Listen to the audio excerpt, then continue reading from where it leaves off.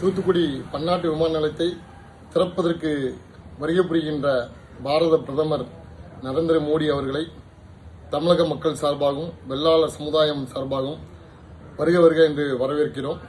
தூத்துக்குடி மாவட்டத்தில் பிறந்து இந்திய நாட்டின் சுதந்திரத்துக்காக, தேசத்தின் விடுதலைக்காக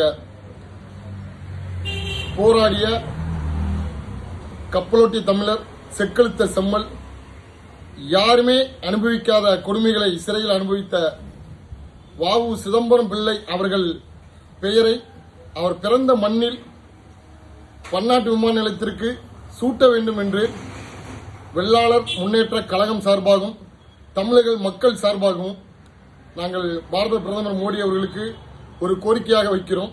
இந்த கோரிக்கையை தமிழக பாரதிய ஜனதா கட்சியின் மாநில தலைவர் மதிப்புக்குரிய நயினார் நாகேந்திரன் அவர்கள் பாரத பிரதமரிடம் வலியுறுத்த வேண்டும் என்றும் வெள்ளாளர் முன்னேற்ற கழகம் சார்பாக வேண்டுகோளாக வைக்கிறோம்.